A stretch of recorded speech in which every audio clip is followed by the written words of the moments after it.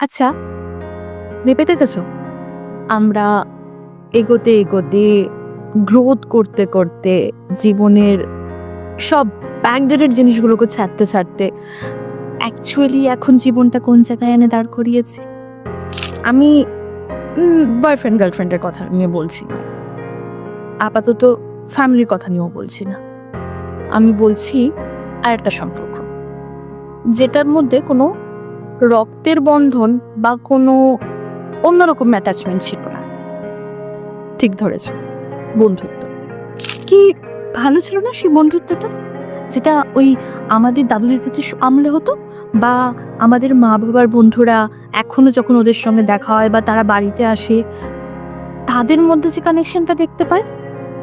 বা আমাদের ছোটবেলায় ওই মনে আছে, খেলতে খেলতে ওই লুকোচুরি, টানাপেড়ন, মারপিট, ঝগড়াঝাটি, আড়ি ভাব, তারপরে সব ঠিক, আবার বন্ধু। কিন্তু আজকাল মানুষের ভিড়ে বাকি সম্পর্কের মতন ওই সম্পর্কটাও যেন চেঞ্জ হয়ে গেছে। হ্যাঁ, ঠিক ধরেছ, অনেকে সেটা ধরতেই পারে না যে চেঞ্জ হয়ে গেছে। এখন বন্ধুত্বের মুখোশ ধরে শত্রু বরঞ্চ বেশি বাস করে।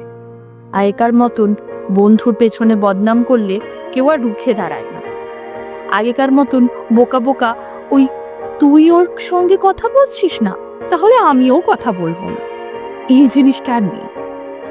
আসলে আমরা না একটু বেশি সোশ্যাল আর ম্যাচিওর হতে গিয়ে আসল বেসিক হিউম্যান কানেকশন, ইনোসেন্স, ওই জিনিসগুলো হারিয়ে ফেলেছি।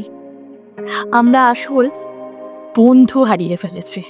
তোমার জীবনে যদি এরকম কোনো বন্ধু থেকে থাকে, বা তুমি যদি এমন মানুষ হও যে বাকিদের জন্য এরকম একটা বন্ধু, তাহলে কংগ্রাচুলেশন।